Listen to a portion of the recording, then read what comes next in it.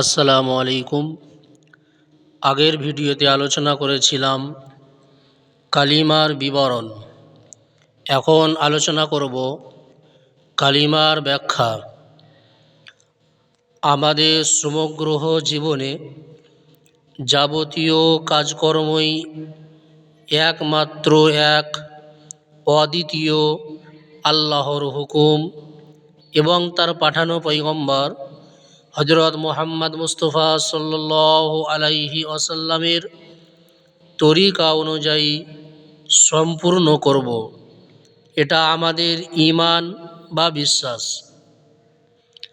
আমাদের স্পষ্ট ঘোষণা যে শব্দ বা বাক্যের সাহায্যে আমরা এ বিশ্বাস ও ঘোষণা আরবিতে প্রকাশ করি সেটাই হলো কালিমা। কালিমায়ে তাইয়্যিবা। কালিমায়ে তাইয়্যিবার অর্থ হলো পবিত্র বাক্য। আমাদের জীবনে যাবতীয় করণীয় ও বর্জনীয় এবং সব একিন বিশ্বাসের বিষয় সারমর্ম হিসাবে হজরত নবী করিম সাল্লাল্লাহু আলাইহি ওয়াসাল্লাম এক বাক্যে কালিমা তাইয়্যিবার মাধ্যমেই প্রকাশ করেছেন। শুধু সহজ সরলভাবে বলেছেন, লা ইলাহা ইল্লাল্লাহু মুহাম্মাদুর রাসূলুল্লাহ, মানে আল্লাহ ছাড়া কোনো ইলাহ বা মাবুদ নেই। হজরত নবী করিম সাল্লাল্লাহু আলাইহি ওয়াসাল্লাম হলেন আল্লাহর রসুল, যার হুকুম মেনে চলতে হয়, যার হুকুম ছাড়া অন্যের হুকুম মানলে তার শাস্তি থেকে রেহাই পাওয়ার উপায় নেই।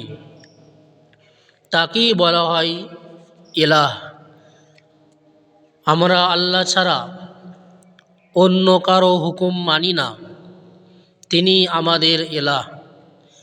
মন বা নফসের হুকুম আমরা মানি না।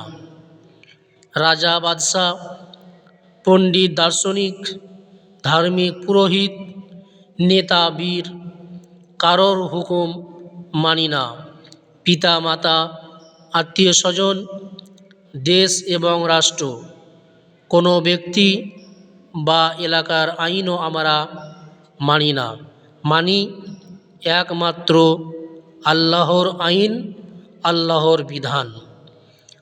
আল্লাহর হুকুম কিভাবে মানতে হয়, কিভাবে মানলে আল্লাহর প্রিয় বান্দা হওয়া যায়, তার বাস্তব নমুনা বা আদর্শ মানুষকে বলা হয় আল্লাহর রসুল।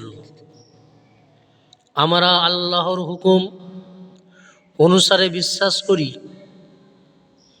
যে হজরত নবী করিম সাল্লাল্লাহু আলাইহি ওয়াসাল্লামই আল্লাহর রসুল।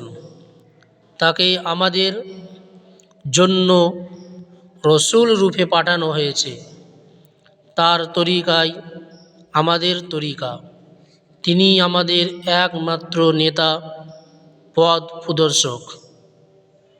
আজকের আলোচনা এতটাই।